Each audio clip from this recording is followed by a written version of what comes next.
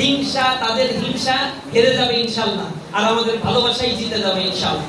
ছাত্র শিবির নাকি মওদুদী ইসলাম প্রতিষ্ঠা করতে চায়, মদিনার নয়, এগুলো যারা বলে তারা আমাদের বিদ্বেষ পোষণ করে বলে। মওদুদী ইসলাম বলতে আসলে কোনো ইসলাম নাই। মাওলানা মওদুদী রাহিমাহুল্লাহ একজন ইজতিহাদ করতেন, মুস্তাহিদ ছিলেন। তিনি এই পাশে এত কথা বলেন না, তিনি একজন মুস্তাহিদ ছিলেন, তিনি কোনো ফিকহ আলেম না। আমরা মাওলানা মওদুদীর কোন ফকি মাসলা মাসাইল এগুলো শুনে চলি এরকম না। আমরা আহলে সুন্নাত ওয়াল জামাতের আকীদা বুঝি। মাওলানা মওদুদী কোনো ইমাম না, আমাদের ফিকহের কোনো ইমাম না। তিনি যেটা করেছেন, রাজনৈতিক একটা আন্দোলন দাঁড় করিয়েছেন।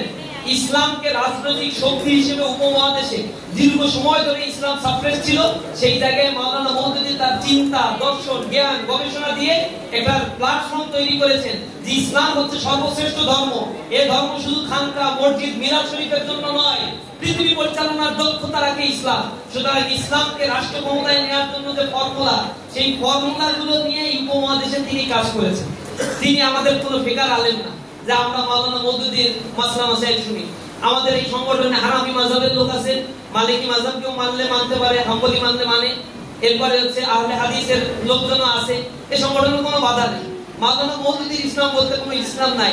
ইসলামটা আল্লাহ রাসূলের ইসলাম, আল্লাহর দেয়া বিধান, এই জীবন বিধানটাই আমরা মানি। আর আমাদের আকীদা হচ্ছে আহলে সুন্নাত ওয়াল জামাতের আকীদা। যারা এটা বলে হিংসার বশবর্তী হয়ে মিথ্যা কথা রটানোর জন্য এই কথাগুলো বলে। আমরা আমাদের মাওলানা মওদুদীর লেখা কোনো কোরআন পড়ি না, আমরা আল্লাহর দেয়া গ্রন্থ এই কোরআনটাই পড়ি। আমরা মাওলানা মওদুদীর লেখা কোনো হাদিস কিতাব পড়ি না, আমরা হাদিস কিতাব পড়ি রাসূল করিম সাল্লাল্লাহু আলাইহি ওয়াসাল্লাম যেগুলো বলে গিয়েছেন, বুখারী, মুসলিম, তিরমিজি, নাসাই শরীফের হাদিস। এগুলো আপনারা যখন ছাত্র সিলেবাস দেখবেন, ছাত্র শিবিরের সদস্য সিলেবাস দেখবেন, সব ওপেন আছে, এগুলো কোনো লুকোচুরির কিছু নাই। সেখানে আপনারা দেখবেন আমরা কি ধরনের বই খাতা পড়াই। সুতরাং আমাদের নামে এই যে প্রপাগান্ডা, মিথ্যাচার করে, এটা ঈর্ষান্বিত হয়ে অথবা কেউ হিংসার বশবর্তী হয়ে করে, এর বাইরে তারা তো আর কোনো উসিলা খুঁজে পায় না, এজন্য এগুলো নিয়েই পড়ে থাকে। তা আমরা তাদের ব্যাপারে, তাদের নিয়ে নাম ধরে নেগেটিভ কোনো কিছুই বলি না। আমরা মনে করি তারা তাদের কাজগুলো করছে, হিংসা, তাদের হিংসা হেরে যাবে ইনশাআল্লাহ, আর আমাদের ভালোবাসাই জিতে যাবে ইনশাআল্লাহ।